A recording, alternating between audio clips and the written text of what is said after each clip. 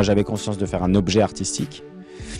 Et je pensais pas qu'il naîtrait dans un écrin cannois avec la semaine de la critique. Et c'est un peu le principe de l'arroseur arrosé, puisqu'on a parlé de ça également dans la soirée. C'est-à-dire que moi, si je suis le plus ouvert du monde et que je fais aussi des films sur les a priori, malgré tout, j'avais un a priori très impressionné de cet univers de la critique.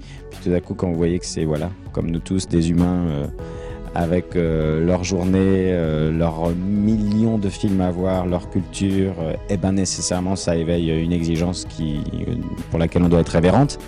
Et donc ouais, ça me fait extrêmement plaisir. Et puis j'ai rencontré avec cette famille de la semaine de la critique une vraie famille bienveillante. Et voilà, donc il y a quelque chose. J'ai l'impression à chaque fois de rendez-vous en rendez-vous de dire la boucle se boucle, mais c'est une boucle qui continue. C'est une fugue musicale, donc c'est super. Et puis ça a fonctionné complètement entre nous. Puis il faut dire aussi que c'est un film choral, c'est-à-dire qu'il n'y a pas de petits rôles dans ce film. Tous les rôles sont importants. Et l'attaché de presse, j'avais l'impression d'avoir fait ça toute ma vie pour lui.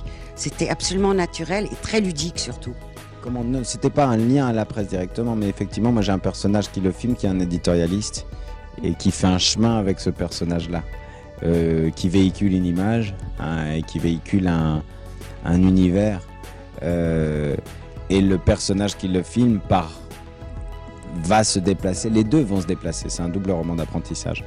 Alors voyez-y toutes les mises en abîme que vous souhaitez.